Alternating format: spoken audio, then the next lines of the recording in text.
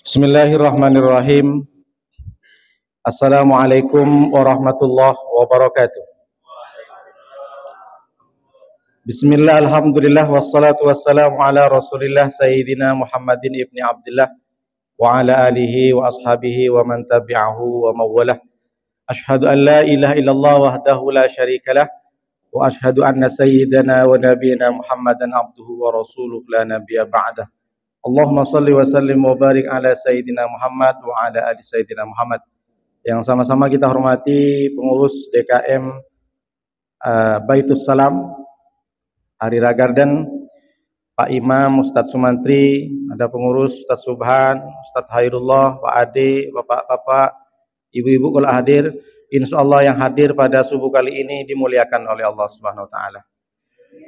Bersyukur kita kepada Allah dengan ucapan alhamdulillahirabbil alamin bahwa pada hari ini Bapak Ibu kita ini masih diberikan umur yang panjang, sehat, kesempatan yang baik, kemudian keadaan yang baik sehingga kita bisa masih aman-aman saja.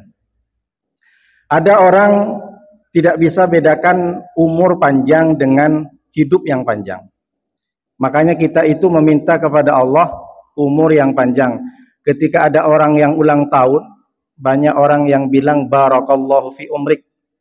Jadi meskipun kita ini umat yang paling muda sebenarnya umurnya. Coba kita flashback kembali. Nabi Nuh saja itu 900 tahun. Nabi Adam pun sekitar 1000 berapa. Kita ini umat Nabi Muhammad saja 63. Kita yang masih umur 40, 30, akankah bisa sampai ke 60, 63? Wallahu alam. Tapi meskipun umur kita pendek, umur umat Nabi Muhammad, kita beruntung karena umur kita panjang, bukan hidup yang panjang. Kalau umur panjang berarti kita ini kegiatannya, keadaannya, kondisinya diisi dengan amal soleh.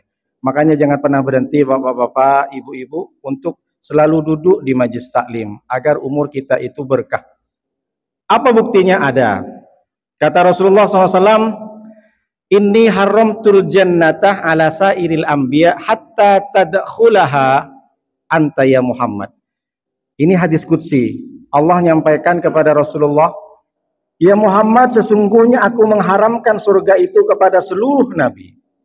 Hatta tadkhulaha anta ya Muhammad, sampai engkau sendiri duluan yang masuk surga. Apa maknanya? Nabi yang masuk duluan ke surga adalah Nabi Muhammad. Dilanjutkan kalimatnya oleh Allah kepada Nabi, hadis qudsi, bukan ayat Quran. Wa inni haramtuha ala sairil umami, dan aku mengharamkan surga itu kepada seluruh umat hatta tadkhulaha ummatuka ya Muhammad, sampai umatmu duluan yang masuk surga. Ini bukti bahwa umur kita itu berkah. Meskipun umat Nabi Muhammad umurnya terbatas ke 60-70 dibanding dengan umat yang lain yang ratusan tahun umurnya, tapi kita berkah. Buktinya kita duluan masuk ke surga dibanding dengan umat yang lain. Itulah kenapa kita jangan pelit membaca salawat kepada Rasulullah. Allahumma sholli ala Sayyidina Muhammad wa ala ali Sayyidina Muhammad. Nabi Muhammad sampai berdarah-darah, Pak. Pelipisnya berdarah ketika ke Taif, kakinya berdarah sampai mau menetes. Kakinya Nabi Muhammad jatuh ke tanah, datang malaikat Jibril, kalau sampai menetes Muhammad, darah yang ada di kakimu itu ke tanah, aku bumi ratakan Taif. Rasulullah berjuang membawa iman dan Islam kepada kita, itu berdarah-darah. Di perang Uhud Rasulullah sampai tanggal giginya, bersembunyi di balik bukit, ada gua di situ, sekarang sudah disemin, tidak boleh masuk. Rasulullah sampai copot giginya, berdarah gusinya. Itu apa? Untuk memperjuangkan menyelamatkan kita sebagai umat Islam. Oleh karena itu Nabi Muhammad tidak minta kita untuk keluarkan harta yang banyak. Nabi Muhammad sudah tidak minta lagi kepada kita kondisi sekarang untuk berdarah-darah berperang. Nabi Muhammad cuma minta ketika aku disebut namaku, kalian berselawatlah. Itulah kenapa malaikat Jibril sampai mendoakan kita celaka bu'dan liman dzukirta walam yusolli. Celaka umatmu Muhammad, celaka menggunakan kata bu dan jauh dari rahmat Allah, jauh dari surga. Kalau namamu disebut walam yusolli, tapi ternyata mereka tidak menjawab dengan bacaan Allahumma sholli ala Sayyidina Muhammad. Dari saking sayangnya Nabi Muhammad kepada kita, bapak-bapak, Rasulullah SAW menyampaikan likulli nabiyyin da'watun. Setiap nabi itu memiliki doa mustajabatun yang diijabah cash and carry oleh Allah. Ada kesempatan satu nabi diberikan satu doa yang langsung dikabulkan oleh Allah. Nabi sebelum Nabi Muhammad semuanya sudah dilepas doanya, sudah dipanjatkan, dimohonkan kepada Allah. Salah satunya doa Nabi Nuh di surat An-Nuh ayat 26. Apa kata Nabi Nuh? Rabbi la tadar 'alal ardi minal kafirina dayyara. Ya Allah, habiskan saja, jangan sampai orang-orang yang kafir ingkar kepadaku yang tidak ikut denganku perahu ini, habiskan saja ya Allah, musnahkan saja, tak perlu tinggal lagi di dunia. Didoakan oleh Nabi Nuh, dikabulkan langsung oleh Allah. Tapi Nabi Muhammad ada satu doa yang tak dipanjatkan oleh Rasulullah. Kata Rasulullah, aku simpan uridu an tabi'ah. Aku simpan doaku satu itu, dakwati syafa'atan li ummati fil akhirah. Nanti ketika di akhirat aku ucapkan doa itu, aku panjatkan kepada Allah. Apa itu? Yaitu syafaat. Diberikan syafaat, pertolongan kepada kita. Itulah kenapa setiap kiai dan ustadz menyampaikan mudah-mudahan kita mendapat syafaat. Artinya apa? Mudah-mudahan kita termasuk dalam doa Nabi, meskipun beragam banyak dosa dan silap salah kita yang lakukan, tapi kita dapat syafaat dari Rasulullah. Kenapa? Karena banyaknya selawat yang kita baca, kita masuk tergolong doa Nabi. Mudah-mudahan kita bersama dengan Nabi Sallallahu Alaihi Wasallam. Amin ya Rabbal Alamin. Bapak-bapak yang dimuliakan oleh Allah SWT, pada kajian kali ini saya ingin menyampaikan hikmah di balik Muharram. Karena nanti kalau tayang itu, tayangnya kan nggak langsung tayang Ustaz tadi. Nanti agak sebulan kemudian. Saya berpikir kemarin, saya jelaskan kurban, tak tahunya sudah nggak ada kurban. Jadi makanya ini Muharram, saya jelaskan. Bulan Muharram dikenal di kampung itu Bapak dengan bulan Suro. Bahkan dijadikan film dulu. Ada film Susana namanya. Malam Satu Suro. Satenya Bang 300 tusuk. Ada film gitu. Pernah Ustaz Hairul? Malam Satu Suro, kalau di Jawa-Jawa itu macam-macam. Dia bikin jimat, dia bikin apa? Karena memang keramat berkahnya bulan Muharram. Dan termasuk bulan Muharram adalah bulan pertama di bulan Hijriah, di tahun Hijriah. Berarti sebentar lagi tahun baru. Tapi memang karena tidak populer kata orang, karena tidak populer, orang tidak banyak nyetok ayam bakar. Nah, kalau coba tahun ajaran baru, tahun baru Masehi, stok berapa kilo ayam bakar, nanti kita bakar-bakar. Tapi kalau kita enggak, kita dengan doa. Di akhir nanti tahun kita berdoa, mengawali tahun baru Hijriah, kita juga berdoa sore dan maghribnya. Insya Allah kalau nengok kalender sekitar tanggal 19 Juli nanti. Berarti kurang lebih 10 hari dari sekarang. Yang pertama yang sampaikan ada 4 poin. Mudah-mudahan bisa sampai cepat saja. Kenapa 4 Pak Ustadz? Kenapa enggak 5? Kenapa enggak 3? 4 sahabat yang wajib kitahui 4. Kitab yang diturunkan Allah 4. Kemudian sifat Nabi itu 4. Siddiq, amanah, tabligh, fatonah. Laki-laki pun boleh beristri 4. Tapi kalau berani. Sebenarnya berani Pak Ustadz, tapi di rumah lebih berani. 4 yang pertama tentang keutamaannya. Tentu kita mengawali masuk ke bulan Muharram, kita mesti tahu keutamaannya. Kata Rasulullah, afdalus shaumi ba'da Ramadan, shaumi syahril Muharram. Paling utamanya puasa setelah Ramadan, yaitu puasa di bulan Muharram. Terserah, mau puasa tanggal 1, 2, 3, 4, 5, 6, sampai tanggal 30. Karena amalan yang paling baik menurut Rasulullah di bulan Muharram adalah puasa. Puasa yang paling baik setelah Ramadan adalah puasa di bulan Muharram. Termasuk yang paling utama puasanya di Asyura. Makanya orang kampung itu bilang bulan Syuro. Diambil dari kata Asyura. Kenapa bulan Asyura? Karena hadisnya sahih. Kata Rasulullah, sumu yauma Asyura. Berpuasalah kalian di tanggal 10 di bulan Muharram. Tapi jangan lupa kata Rasulullah, khalifu fihil yahud, bedakan dengan orang Yahudi. Bagaimana caranya untuk bisa membedakan? Sumu qablahu yauman au ba'dahu yauman. Berpuasalah kalian sebelum tanggal 10 atau setelah tanggal 10. Berarti tanggal 9 sudah berpuasa, tanggal 10 berpuasa. Atau kalau enggak tanggal 9, tanggal 11-nya. 10 dengan 11. Bahkan dari saking utamanya tanggal 9 namanya Tasyu'a. Rasulullah ada hadis, la in bakitu ila qabilin la asuman tasi'ah. Seandainya aku hidup nanti di tahun depan di bulan Muharram, aku sungguh pakai non taukid, sungguh aku akan berpuasa di tanggal 9. Jadi kita yang masih diberikan kesehatan, nanti siap-siap kalau tak bisa puasa tanggal 1 bulan Muharram, berpuasalah tanggal 9 Tasyu'a atau Asyura. Nawaitu shauma gadin an yaumi Tasyu'a lillahi ta'ala, sunnatan lillahi. Nawaitu shauma gadin yauma Asyura an yaumi Asyura sunnatan lillahi ta'ala. Saya berpuasa hari Asyura, hari Tasyu'a sunnat karena Allah Ta'ala. Dibaca pagi, kalau lupa tidak masalah. Mumpung mati kesehatan. Karena puasa ini adalah salah satu ibadah yang ada korelasinya dengan kesehatan. Sumu tasiho, berpuasalah kalian akan sehat. Jadi kalau kita nengok di pasar, ada buah yang segar-segar, itu sebenarnya kenapa segar bisa bertahan sampai seminggu? Mangga, kemarin mangga manis, rupanya saya tak suudon. Tapi kebanyakan buah-buah yang segar itu saya tak ngejek ya. Mereka pakai pestisida disemprot. Coba kalau kita punya jambu air, mangga di depan, cepat busuk kan? Jadi sudah matang cepat busuk. Tapi kalau di pasar kenapa segar Pak Ustadz? Karena ada indikasi pakai pestisida. Lalu kemudian ada ikan asin.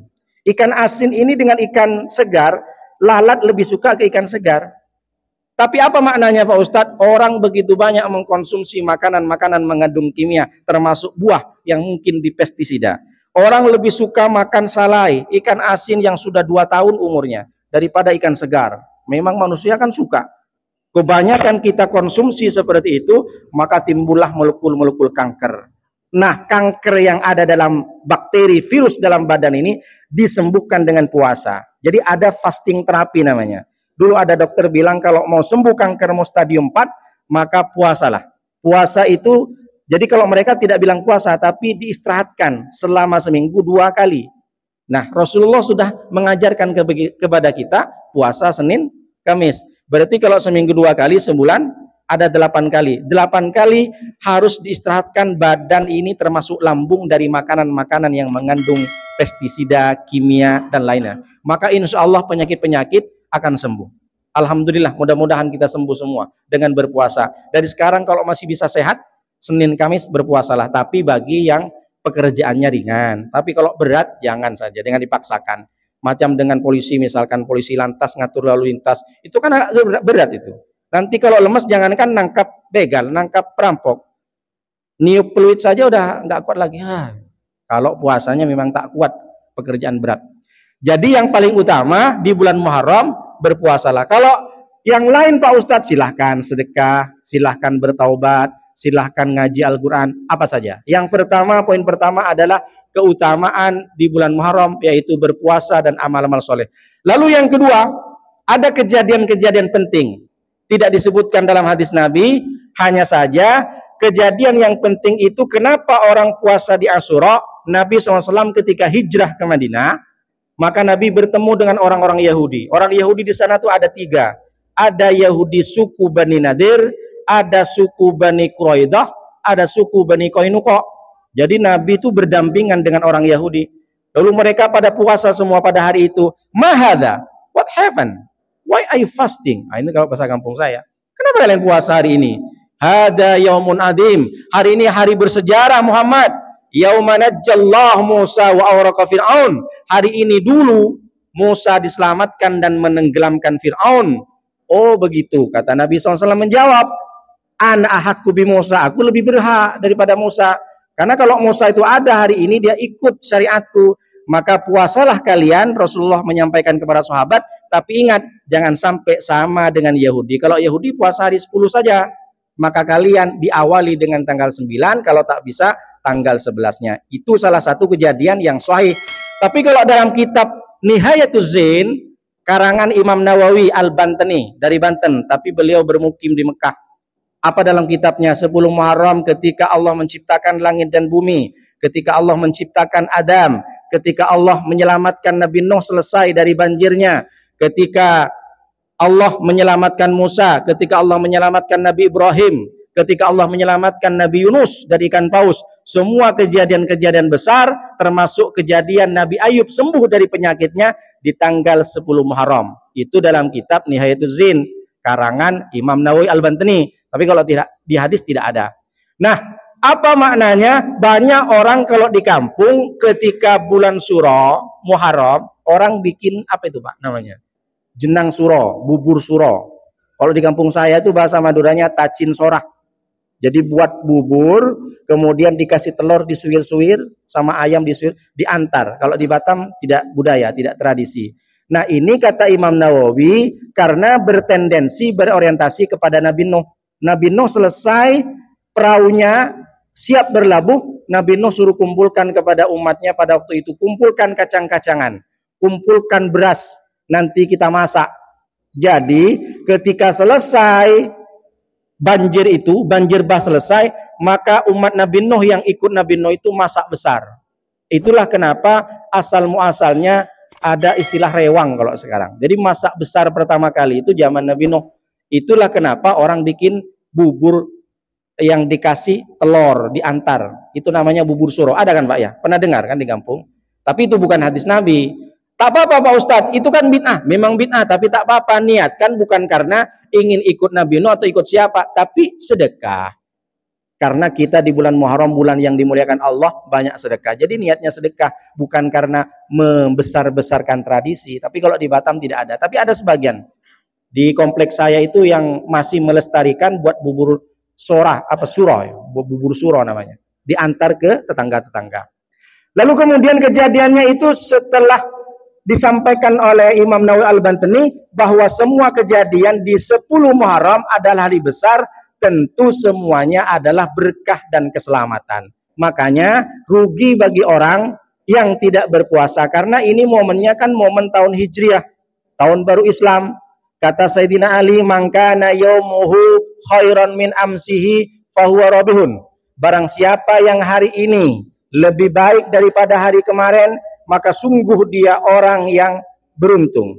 Wa man kana yaumuhu misla amsihi fahuwa mabunun. Tapi kalau orang hari ini, tahun kemarin 1444 dia baik, tahun 1445 tetap baik, sama saja, tidak ada peningkatan, tidak ada perubahan, maka sungguh dia rugi. Yang paling parah kata Sayyidina Ali, man kana yaumuhu syarran min amsihi fahuwa mal'unun. Siapa yang di tahun sebelumnya baik, lalu kemudian di tahun berikutnya lebih buruk daripada hari sebelumnya, maka sungguh dia ada laknat. Berarti kita ini di tahun ajaran baru, di tahun baru Islam, mesti kita harus perbaiki. Yang sudah baik harus lebih baik, yang lebih baik haruslah terbaik. Kalau tak baik maka berubahlah. Itulah kenapa penetapan, poin yang ketiga, penetapan asal usul dari tahun baru Islam bukan ditetapkan ketika turunnya Al-Quran, ketika Nabi Muhammad lahir. Jadi, satu ketika gubernur namanya Abu Musa Al-Ash'ari. Beliau kalau di zaman Nabi menjadi gubernur di Yaman. Ketika Sayyidina Umar bin Khattab, Rasulullah SAW itu sudah meninggal, Abu Musa Al-Ash'ari ini menjadi gubernur di Basrah, kalau sekarang Irak. Jadi ceritanya penetapan tahun baru Islam itu Pak, bukan dari ketika Nabi menjadi Nabi, mendapat wahyu. Nabi SAW 13 tahun tinggal di Mekah, belum ada kalender. Makanya Nabi Muhammad lahirnya tahun gajah. Alam taro kaifa fa'ala rabbuka bi ashabil fil alam ya'jal kaidum fi tadlil wa arsala alaihim tayran ababil tarmihim bihijaratim min sijil faj'alahum ka'asfim ma'kul. Karena ciri-ciri orang primitif itu tak punya kalender. Makanya zaman ketika Nabi lahir itu tidak ada kalender, tidak ada tanggal, tidak ada bulan. Sempat ada waktu itu ada orang banjir di sekelilingnya, disebutlah Amun Faidon, tahun banjir. Dulu saya punya kawan masuk ke pesantren, rupanya dia tak punya akte kelahiran. Setelah ditanya sama pengurus, "Kamu tahun berapa lahir?" "Lupa saya Pak Ustadz." "Kok bisa lupa?" "Kata mamamu." "Cuma kata mama dulu Pak Ustadz saya lahir pas kebetulan pohon kelapa di belakang rumah kena petir Pak Ustadz. Jadi saya lahir tahun petir."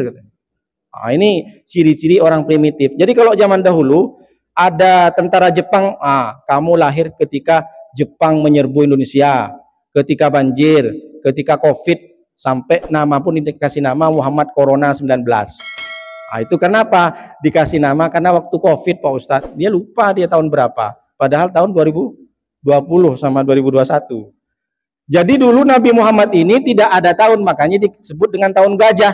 Pada saat itu Raja Abraha menyerbu Mekah, membawa gajah besar. Gajahnya lebih besar daripada Thailand tuh.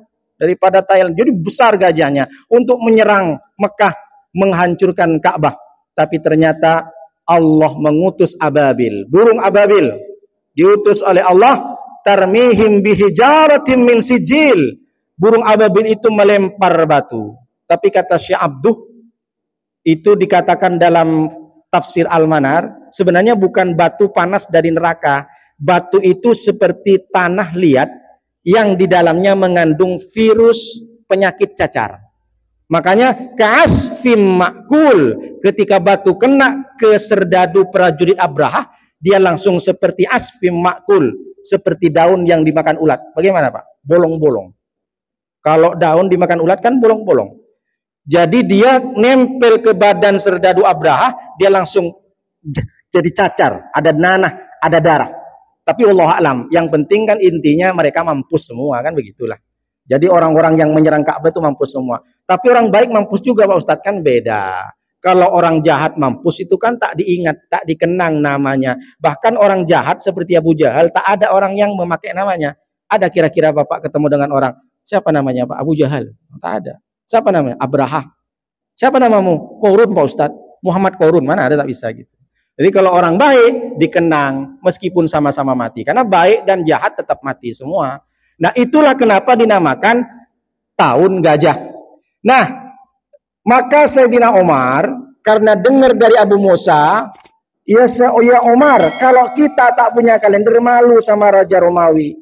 Masa saya jadi gubernur nulis surat tak ada tanggal di atas, sementara mereka mereka sudah menggunakan kalender Gregorian namanya. Jadi bukan Masehi. Karena dulu waktu itu kalender itu dibuat Julian, Kaisar Julian dibawa ke Vatikan.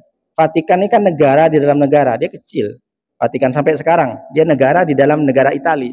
Dibawa waktu itu pendetanya Gregorius, maka dinamakan Gregorian kalender. Jadi kalau Bapak Ibu ketik di Google tuh kalender Masehi itu ada, yang ada Gregorian kalender. Jadi Januari sampai ke Desember tuh namanya Gregorian. Cuma karena sudah populer, sudah salah, tapi populer tak masalah. Banyak hal-hal populer tapi salah, seperti contoh mabruk, alfa mabruk, sebenarnya bukan mabruk, mubarak, karena diambil dari kata baraka yubariku, mubarak. Tapi karena sudah populer tak masalah. Sama dengan mohon maaf lahir batin, padahal bukan lahir, mohon maaf zahir dan batin. Tapi kalau ada orang bilang mohon maaf lahir batin, diketawain, apa zahir kamu, sok-sok Arab aja. Tapi karena sudah populer lahir batin tak masalah, lanjut aja tak apa-apa. Jadi dulu ketika Rasulullah itu 13 tahun di Mekah tak ada kalender. Sampai Rasulullah pindah ke Madinah tak ada kalender. Menjabat presiden Rasulullah di Madinah 10 tahun. Lalu kemudian diganti Abu Bakar 2 tahun, tidak ada kalender. Diganti Sayyidina Umar 5 tahun, tak ada kalender. Dari mulai Mekah Nabi jadi Nabi sampai ke Sayyidina Umar jadi khalifah, jadi presiden, berarti sekitar 30 tahun belum ada kalender. Lalu kemudian datanglah Abu Musa al-Asy'ari itu, akhirnya Sayyidina Umar, meskipun dia itu adalah presiden, meskipun dia itu berani, meskipun ditakuti, dari saking beraninya Sayyidina Umar Pak, setan ini takut. Kata Rasulullah, wallahi nafsi biyadihi, alladzi nafsi biyadi, demi Allah yang aku dalam genggaman Allah, sampai bersumpah Nabi, malaki takas syaitanu qattuh salikan fajjan illa salakah fajjan ghaira fajjika. Ya Umar, seandainya ada setan nengok kamu jalan di satu tempat itu, maka dia akan berpaling dari jalan yang kamu lalui dari saking takutnya. Jadi misalkan Sayyidina Umar datang dari bandara mau ke SMA 3 misalkan, jadi lewat sini, lewat Simpang Nongsa ini, sampai berarti kan otomatis lewat depan Bayangkara nih. Setan tahu Sayyidina Umar lewat Bayangkara, dia ke Sekupang dulu dia. Tak boleh. Padahal dia mau ke SMA 3, ke Sukabang dulu sampai Sayyidina Umar tuh betul-betul sampai ke tempatnya. Nah, setan tuh takut. Kalau kita kan satu jalur sama setan. Kalau Sayyidina Umar ya jangan salah. Bukan kita lah, saya lah. Kalau bapak enggak lah takut juga. Kenapa? Sayyidina Umar ini nampak setan. Kalau kita yang ditampak setan. Ini makanan baik ini. Kita goda katanya. Lagi emosi dia. Goda kita biar dia mencaci maki. Sebentar lagi pilkada kan? Memang tak mencaci maki mulutnya, tangannya komen-komen di netizen. Setan senang. It's my brother katanya. Makanya tahan. Bapak-bapak kalau mau dukung si A, si B, si C, tahan tangannya biar tidak luntur amalan-amalan kita. Jadi Sayyidina Umar kumpulkan kibarus sahabat, para petinggi-petinggi sahabat untuk menentukan kalender tahun baru Islam. Maka setelah kumpul semuanya, orang-orang pintar sahabat, ayo kapan kita tentukan tahun baru Islam? Ada yang usul, ya Umar, penentuan tahun baru Islam kita tentukan mulai dari Nabi lahir. Yang lain berdebat, tak terima, tak bisa. Nabi Muhammad ketika lahir, semua penduduk Mekah jahat, berzina, membunuh, maksiat, minum khamar dan sebagainya. Tak bisa. Kalau begitu ketika Nabi Muhammad remaja, tak bisa juga. Nabi Muhammad ketika remaja dia baik sendiri, belum nyuruh ke orang, tak bisa. Nabi Muhammad dulu itu kan sebelum Nabi kan dipuji-puji. Kamu jujur Muhammad, kamu baik Muhammad. Luar biasa. Tapi ketika sudah dapat wahyu, dia ngajak ke orang, barulah dibenci. Sama dengan kita. Kita kalau sama kawan kita yang tak pernah sholat, kita nengok, nongkrong, main apa game segala macam, santai. Tapi ketika kita nyuruh kawan kita, bro, ayolah berjemaah ke masjid Baitul Salam sedikit. Soleh kamu. Macam betul aja kamu. Mentang-mentang ikut kajian. Itulah juga ujian bagi kita. Kalau kita tak pernah negur kawan kita yang bermaksiat, friend. Tapi kalau kita negur orang, kamu salah, tak boleh pacaran. Dikira kita itu sok alim, sok soleh. Begitu juga yang dialami Nabi. Ketika belum diangkat Nabi Muhammad ini jujur, baik, segala macam. Tapi ketika Nabi Muhammad bilang, saya sudah dapat wahyu, saya adalah Nabi. Langsung dilempar sama Abu Jahal, sama Abu Lahab. Tabban laka ya Muhammad, celaka kau Muhammad. Itulah turun, tabbat yada abi lahabi wa tab. Karena dia ngomong, tabban laka ya Muhammad, celaka kau Muhammad. Dulu aku yang cebokin ku, mentang-mentang aku Nabi. Macam betul aja kan begitu. Begitu juga kita, Pak. Kalau kita ngajak orang, kita dibenci. Ayolah ke masjid, ayolah ngaji, dibenci kita. Tapi kalau kita, jabanin, orang ngerokok lanjut, minum lanjut, senang dia, friend. Bagi orang yang tidak ada hidayah dalam hatinya. Maka tak boleh. Setelah itu kalau begitu kita tentukan tahun baru Islam mulai turunnya Al-Quran. Tak bisa. Ketika wahyu turun ke Nabi Muhammad, orang masih semuanya jahat. Masih belum ada perubahan.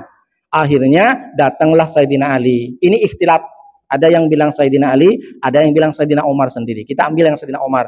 Kata Sayyidina Umar, kalau begitu tahun baru Islam ini kita mulai dari hijrahnya Nabi dari Mekah ke Madinah. Barulah sepakat semua. Kalau begitu bagus. Karena kata Sayyidina Umar, kenapa mesti harus hijrah? Al-hijratu farraqat bainal haqqi wal batil. Karena hijrah itu kita bisa nengok umat pada waktu itu, sahabat-sahabat Nabi bisa nampak mana yang baik, mana yang batil. Kejadian hijrah dari Nabi Mekah ke Madinah, nampaklah sahabat mana yang ikhlas berjuang dengan Nabi atau tidak. Itulah kenapa Sayyidina Umar meriwayatkan hadis yang populer. Hadis ini adalah riwayat dari Imam Bukhari. Apa kata Nabi Muhammad? Rasulullah menyampaikan, innamal a'malu binniyat wa innamal likulli imrin ma nawa. Faman kanat hijratuhu ila Allahi wa rasulihi fa hijratuhu ila Allahi wa rasulihi. Wa man kanat hijratuhu lidunya yusibuha aw imra'atin yankihuha fa hijratuhu ila ma hajara ilaih. Rawahul Bukhari. Hadisnya populer, agak panjang. Sesungguhnya nih amal itu tergantung niat. Setiap orang mendapatkan pahala sebagaimana dia niatkan. Meskipun dia sholat, meskipun puasa, meskipun umroh, kalau niatnya bukan karena Allah, dia dapat segitu. Kalau niatnya hanya rekreasi ke Mekah, ke Madinah, dapatnya pahala rekreasi ke Mekah. Tapi dia menggugurkan kesunatan dan kewajibannya haji. Barang siapa, kata Rasulullah, yang hijrahnya karena mengambil ridha Allah, mencari ridha Allah, maka dia dapat ridha Allah. Tapi dulu ketika hijrah, ada orang sahabat Nabi yang bersama Nabi pergi ke Madinah, macam-macam niatnya. Bukan karena menegakkan agama Islam, bukan karena Nabi Muhammad dan Allah. Mereka ada yang bilang mau hijrah ke Madinah karena mau berbisnis. Di Madinah nyampaknya belum ada jual baju. Aku ke Madinah ikut Rasulullah mau jual baju. Ada juga yang karena perempuan, kayaknya jodohku ada di Madinah. Aku pergi ke Madinah bersama Rasulullah, hijrah aku dari Mekah karena ada perempuan yang aku nikahin. Maka dia tidak dapat pahala hijrahnya. Dia dapat perempuannya saja, tapi pahala tak ada. Maka kata Sayyidina Umar, penentuan tahun baru Islam itu ditentukan ketika hijrah. Maka kita masuk kejadian hijrah agar yang posisi yang ketiga ini, poin yang ketiga, bagaimana makna daripada hijrah itu. Jadi Rasulullah, kenapa hijrah? Rasulullah itu dulu sebelum meninggal Abu Thalib, Rasulullah ini Pak adalah orang yang disegani. Banyak seperti Abu Jahal dan antek-antiknya, Abu Lahab and the gang, dia ingin membunuh Nabi setiap hari. Tapi tak jadi-jadi. Kenapa? Karena Abu Thalib masih hidup. Abu Thalib ini orang tua dari Sayyidina Ali. Beliau adalah tokoh yang dihormat karena dia kaum Quraisy dan dia juga tidak ikut agama Nabi Muhammad. Meskipun dia sayang sama Nabi Muhammad, makanya tetap disegani. Jadi orang-orang yang menyakiti Nabi Muhammad tidak mau. Yang ada ketika Abu Thalib hidup, orang-orang itu membujuk Nabi Muhammad, Muhammad mau nggak kau kasih PT, mau Muhammad kamu aku kasih rumah, mau nggak aku kasih. Dibujuk terus Nabi Muhammad ketika Abu Thalib masih hidup. Tapi apa kata Nabi Muhammad? Ya ammi, law wada'u syamsa fi yamani wal qamara fi simali ala an adruka hadal amrah ma taraktu. Pamanku, seandainya kau jangankan kasih PT, kasih rumah, kasih mobil, misalkan seperti sekarang. Kau ambil matahari ditaruh tanganku, kau ambil bulan di langit itu taruh di tangan kiriku, aku tidak akan pernah beranjak meninggalkan agamaku ini Islam. Aku tidak pernah bergeser. Itulah keyakinan Nabi Muhammad. Kenapa Nabi Muhammad teguh pendiriannya meskipun dibujuk oleh Abu Lahab in the gang? Karena Nabi Muhammad nampak di depannya ada surga. Lebih nikmat surga. Kalau kita Pak bangun tidur, bukan surga yang nampak. Mie ayam pun jauh. Makanya kadang kita tak yakin, tergoyah. Tergoda kita dikasih. Kenapa? Kita tak yakin kadang ke surga, kenikmatan Allah. Kenapa? Karena kita tak nampak. Jangankan surga. Bakso aja bangun tidur, cuma mimpi saja. Bangun, oh jauh, masih jauh. Bakso ini. Kalau Nabi Muhammad nampak. Itulah kenapa ketika meninggal Abu Thalib, maka berkumpullah di Darun Nadwah. Abu Jahal in the gang mengumpulkan pembenci-pembenci Nabi Muhammad di Darun Nadwah. Namanya kalau sekarang Convention Hall. Dikumpulkan orang-orang yang jahat-jahat. Apa? Temanya rapat pleno bagaimana menyingkirkan Nabi Muhammad. Rapat semuanya. Yang memimpin siapa namanya? Umar bin Hisham. Itu nama aslinya Pak. Kalau nama Facebooknya Abu Jahal. Itulah pentingnya orang punya nama. Kenalan Pak, iya. Nama siapa? Nama asli Nuruddin Pak. Nama Facebook Anton Pak. Yang satu, nama Facebooknya siapa? Ariel Noah. Misalkan begitu. Nama Instagram lain lagi. Ya orang kan gitu kan. Namanya Samsudin. Mohon maaf Samsudin. Nama Facebooknya Blackpink, Song Joong Ki, Song Hye Kyo, macam-macam kan orang gitu kan. Facebooknya lain, Instagram lain. Kalau perlu janganlah berubah-ubah nama, itu kan sudah selamatin sembelih kambing, laki-laki 2, jangan dirubah-rubah. Nah, Abu Jahal itu dipimpin Abu Jahal, orangnya semua yang pimpin orang jahat. Tentu hasilnya hasil bodoh, karena yang rapat bodoh, yang mimpin bonga. Maka didebat, gimana cara menyingkirkan Muhammad? Ada yang usul, Abu Jahal, ya, bagaimana Muhammad ini culik? Setelah diculik kita bawa, misalkan kalau di sini ke Jembatan Barelang, kita tenggelamkan di laut misalnya. Oh, tak bisa katanya, kata yang lain. Berdebat mereka. Jadi dulu orang-orang jahat tuh berdebat Pak. Mereka rapat pleno tak tidur. Kalau sekarang di parlemen tidur semua rapat.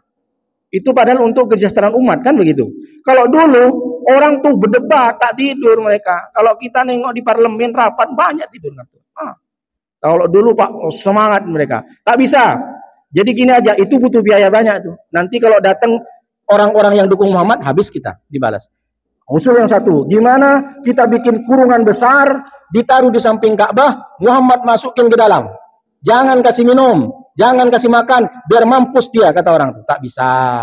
Nanti kalau ditaruh di Ka'bah, nampak Muhammad keturunan Ismail, nanti datang Bani Ibrahim dan Bani Ismail, mati kita. Usul yang satu. Oke, kalau begitu, usul yang lain. Rapat plenonya hari Kamis sore. Sampai mau maghrib, dari mulai jam 3. Anggaplah seperti itu. Tapi dikatakan dalam kitab itu sore. Hari Kamis sore. Kalau begitu kita utus satu pemuda, yang gagah berani untuk bunuh Muhammad. Oh, langsung mikir Abu Jahal. Namanya orang mindsetnya ini kan kotor. Main otak setan. Berarti mindsetnya otak-otak setan. Oh, datang, tak bisa. Jangan sendirian bunuh Muhammad. Kita utus setiap suku ada satu pemuda. Misalkan kalau di Batam setiap kelurahan satu pemuda. Maka berapa banyak kelurahan di Batam? Jadi berapa banyak suku di Mekah? Satu suku satu pemuda. Kita utus untuk bunuh Muhammad. Oh, akhirnya sepakat. Siap. Karena kalau banyak yang bunuh, nanti kita tak ketahuan. Nanti tak bisa balas. Oh, siapa yang bunuh? Karena banyak. Setiap suku ada satu pemuda. Oke, ketok palu set. Sore, kapan kita eksekusi? Nanti malam Jumat. Jam berapa? Jam 2 malam. Oh, siap.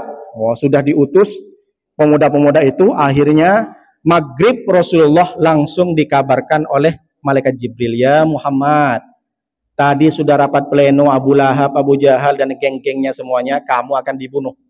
Oh, berarti disadap. Makanya jangan dikira sadap menyadap, bukan KPK saja. Dari dulu sudah ada sadap, Pak.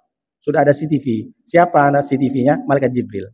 Akhirnya karena dengar seperti itu, Nabi Muhammad pergi langsung ke bestinya. Siapa besti Nabi Muhammad? Abu Bakar. Habis maghrib sholat, datang Abu Bakar. Abu Bakar, malam nanti kita hijrah. Karena Abu Bakar ini berteman dengan Nabi tanpa batas, berteman Nabi dengan karena Allah dan Rasulnya, dia cinta kepada Nabi, tidak ada pembelaan dan alasan minta. Kenapa kok berangkat? Ngapain? Ada apa? Tak ada.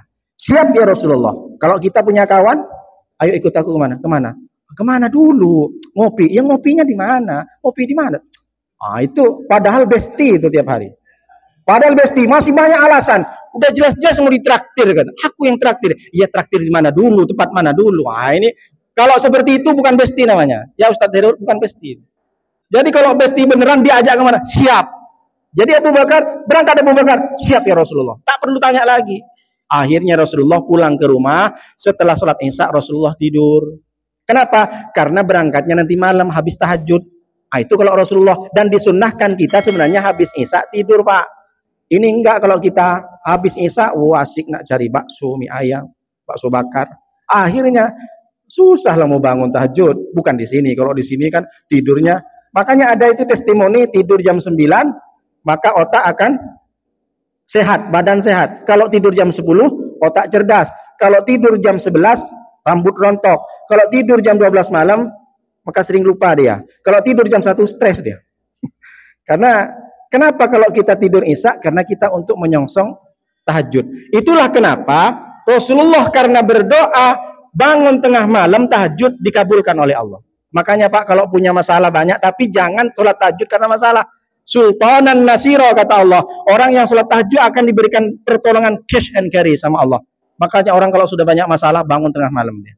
Maka Rasulullah bangun tengah malam sholat tahajud, berangkat Rasulullah. Dikabulkan doa Rasulullah. Apa doa Rasulullah? Ya Allah, mudah-mudahan aku selamat dari pemuda-pemuda yang ingin membunuhku. Maka keluar dari rumah, ternyata pemuda sudah nunggu di luar. Akhirnya terjadilah mukjizat, turun ayat Yasin surat 9. Surat Yasin ayat 9. Wa ja'alna min baini aydihim sadda wa min khalfihim sadda fa'alsainahum fahum la yubsirun. Allah jadikan di depan pemuda-pemuda itu sadda, tembok, sehingga tak nampak Nabi Muhammad keluar dari rumahnya. Wa min khalfihim sadda, di belakang juga ada tembok. Maka fa'alsainahum fahum la yubsirun. Allah tutupi mata mereka, mereka tidak melihat Nabi Muhammad keluar dari rumahnya, keluar dari kamarnya. Maka diambil pasir oleh Rasulullah, ditaburkan ke kepala pemuda-pemuda yang sudah pegang pedang itu. Jadi mereka tuh macam pukau, macam kena pukau hipnotis. Kalau sekarang mungkin Rasulullah bisa selfie dulu. Ada film-film The Flash itu, dia macet gini. Jadi macam macet gini. Akhirnya Rasulullah sudah berlalu, maka merasakan nih, kok banyak pasir. Setelah selesai, akhirnya masuk mereka pemuda-pemuda itu. Ternyata di dalam bukan Rasulullah. Ternyata di dalam yang tidur Sayyidina Ali. Jangan tebas dulu lehernya, buka dulu mukanya biar nampak kita muka Muhammad. Dibuka Sayyidina Ali, mak ngeri kali. Kenapa kau di sini? Suka-suka aku lah, ngapain kau ke sini kata Sayyidina Ali. Begitulah kira-kira. Tapi ini ayat mukjizat untuk Rasulullah. Jangan pula dipakai bapak tak pakai SIM, naik motor ketemu sama polisi. Waji'alna min baini aydihim sadda wa min khalfihim sadda fa'alsainahum fahum la yubsirun. Aku dah hafal kata polisi itu. Lagian aku udah haji 3 kali, tak mempan sama aku. Kok tahu polisi? Tak mempan Pak Ustadz. Itu bukan mantra. Ayat itu untuk Rasulullah, bukan untuk kita.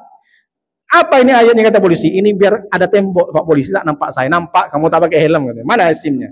Macam-macam betul aja kata polisi.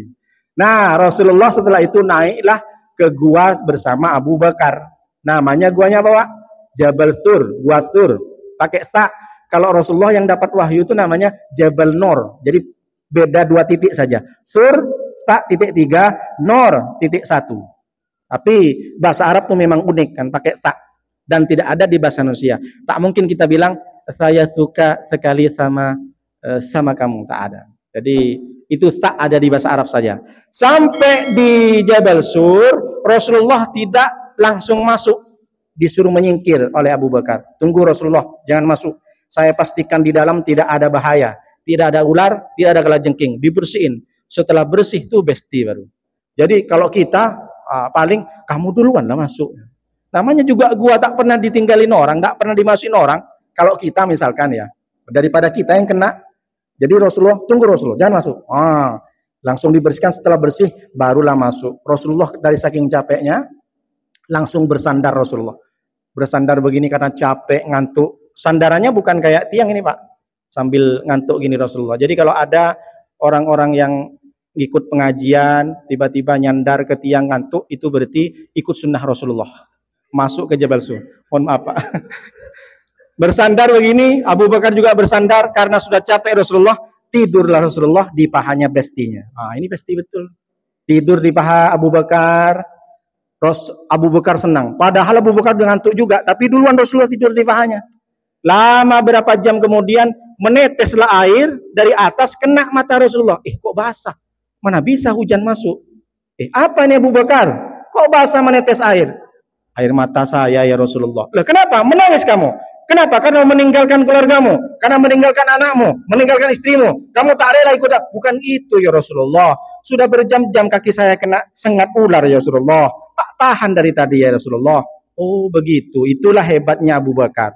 Digigit sama ular yang berbisa, dia tidak pindah Pak. Kalau kita gigit ular, rumah sanalah, jangan tidur terus, kan begitu. Tapi karena Rasulullah yang tidur, ditahan dia Pak. Cuma dia tak bisa menahan air matanya. Itulah kalau air mata tak bisa menahan. Sekarang banyak perempuan-perempuan bisa menahan air matanya ketika suaminya meninggal. Ibu kenapa tak bisa nangis padahal bapak meninggal? Enggaklah, nanti kan aku dapat sertifikat tanah katanya. Oh itu rupanya. Nanti kan aku bisa nikah lagi, makanya tak nangis-nangis. Ada juga yang mahasiswa kalau di kampus-kampus tak bisa menahan air mata. Saya kira punya masalah. Kenapa kau nangis? Ini Pak Ustadz, WhatsApp tak dibalas sama dia katanya.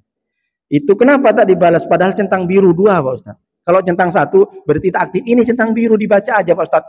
Jadi sekarang mahasiswa, anak muda nangis karena tak dibalas sama kawannya. Kawannya cewek kebetulan. Itu bagaimana bisa menghadapi Israel coba? Pemuda-pemuda sekarang. Cemen sekarang muda. Tapi bukan di sini, muda jauh di sana. Jadi setelah itu Rasulullah setelah di Jabal Sur 3 hari 3 malam Pak. Bermalam. Pertanyaannya, makan apa Rasulullah? Ini perlu dipertanyakan. Malam Jumat Rasulullah di Jabal Sur, malam Sabtu, malam Minggu, 3 hari Rasulullah. Kenapa Rasulullah mesti 3 hari di gua? Ini siasat, taktik. Kalau Rasulullah langsung pergi ke hijrah ke Madinah, dikejar nanti. Maka dia berdiam dulu. Akhirnya ketika Abu Jahal dan The Gang mengejar Rasulullah, tak ada jejaknya. Tidak ada, karena Rasulullah bukan langsung ke Madinah. Dia sembunyi dulu. Jadi sembunyi bukan karena takut. Lagian kenapa Rasulullah tak minta sama Allah, ya Allah pindahkan saja langsung ke Yasrib. Dulu Madinah kan namanya Yasrib. Ini membuktikan bahwa kita itu mesti usaha. Allah tampakkan mengajarkan kepada Nabi Muhammad job desk, ada komunitas, ada sahabat, ada kelompok, ada organisasi yang saling kerjasama dengan baik. Mengajarkan kepada kita, Nabi Muhammad bukan tidak bisa diangkat oleh Allah dari Mekah ke Yasrib. Selesai, tak perlu harus sembunyi. Ini menandakan kepada kita tuh ikhtiar. Ada sahabat, kita tak boleh one man show. Sama dengan pengajian, kalau ada pengajian akbar, ada pengurus gotong royong, harus ada ketua, ada sekretaris, ada bendara. Itulah komunikasi yang baik, sebagaimana Rasulullah sudah ciptakan pada waktu itu. Ada job desk-nya. Ketika Rasulullah ada di 3 hari di Jabal Sur, yang mengantar makanan setiap hari 3 kali sehari, naik manjat 1000 meter Pak ke Jabal Sur, itu panas-panas. Saya tak sempat kemarin naik ke atas karena tak mampu. Panasnya luar biasa, tinggi lagi. Saya khawatir, jadi tak sempat saya bikin vlog aja di bawah, di Jabal Sur ini, di Gua Sur. Siapa yang mengantar? Binti Abu Bakar. Asma binti Abu Bakar mengantar makanan. Jangan dikira perempuan zaman dahulu tidak kuat. Bayangkan 3 kali sehari mengantar makanan.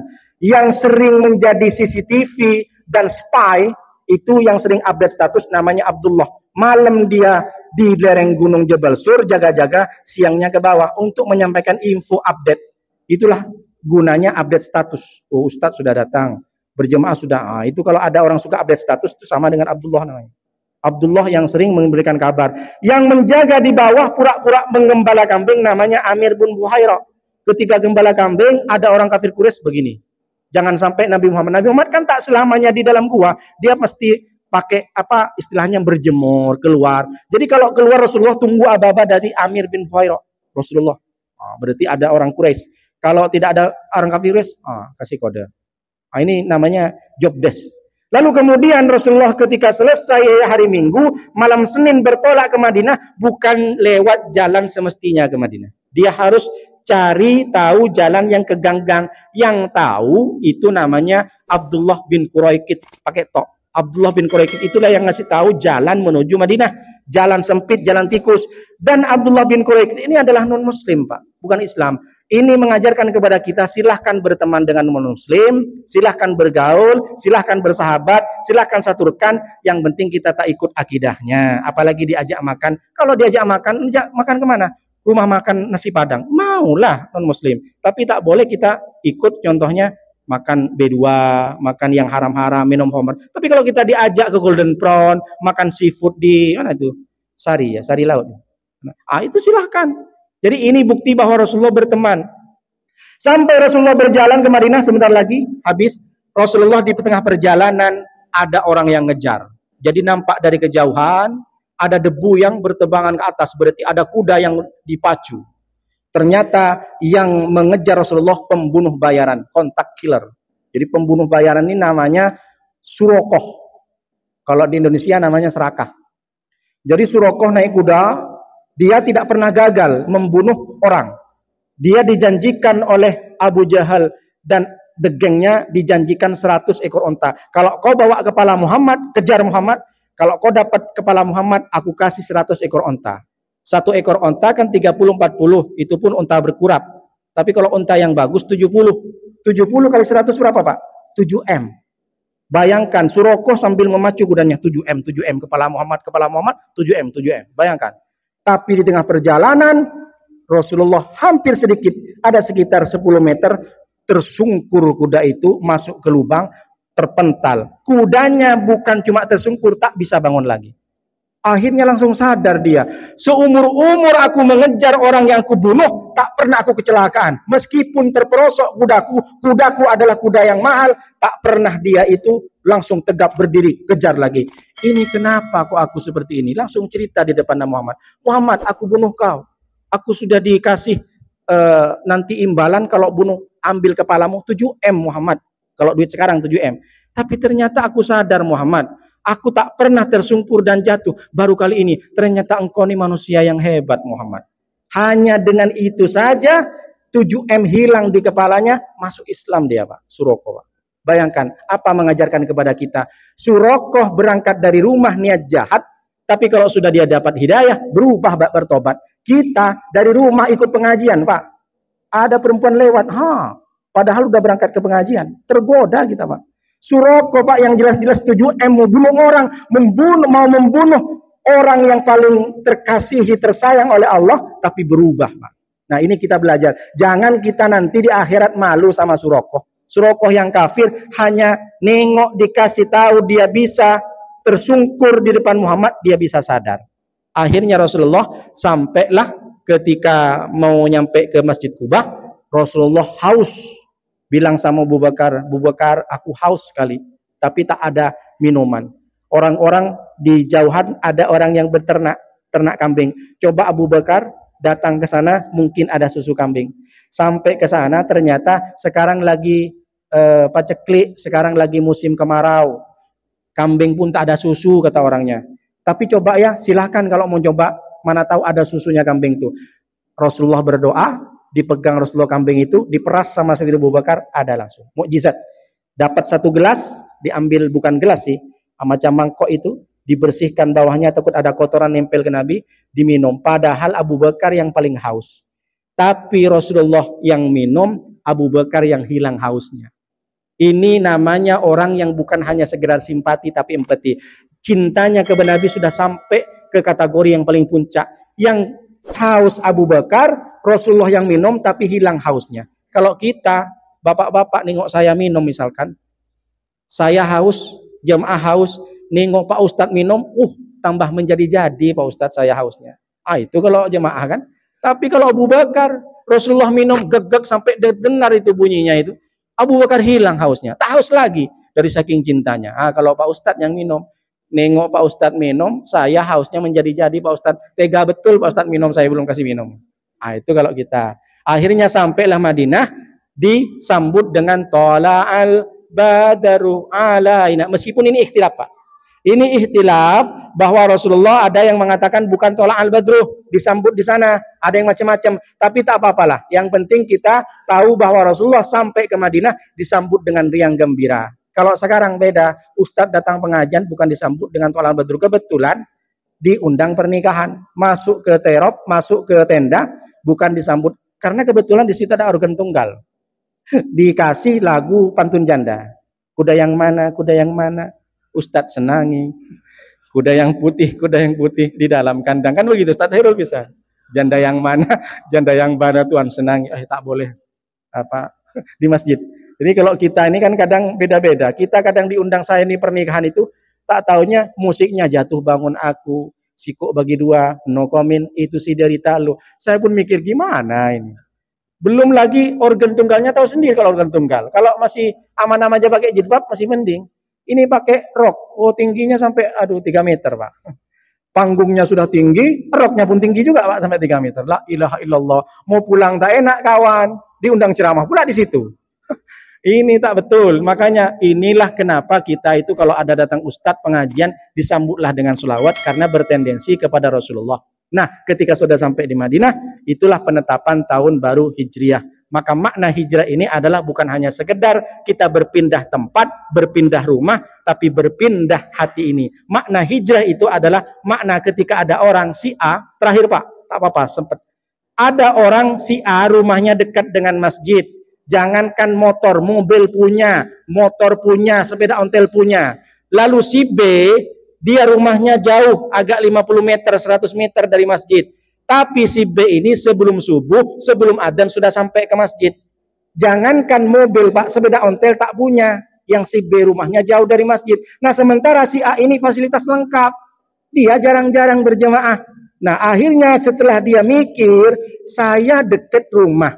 Si B itu jauh dari rumah. Si A ini memang kadang-kadang ke masjid. Karena meskipun kadang-kadang karena merasa dekat, masbuk terus dia Pak. Setelah 2 rakaat baru datang ke masjid. Padahal si B ini jauh 100 meter. Sebelum adzan sudah sampai Pak. Luar biasa. Maka si A itu mikir, bagaimana aku kok kalah sama si B. Sementara aku sudah didekatkan di masjid, berarti Allah bukan tak sengaja. Aku didekatkan dengan surga. Ini kan jalan surgamu. Akhirnya dia mikir si A.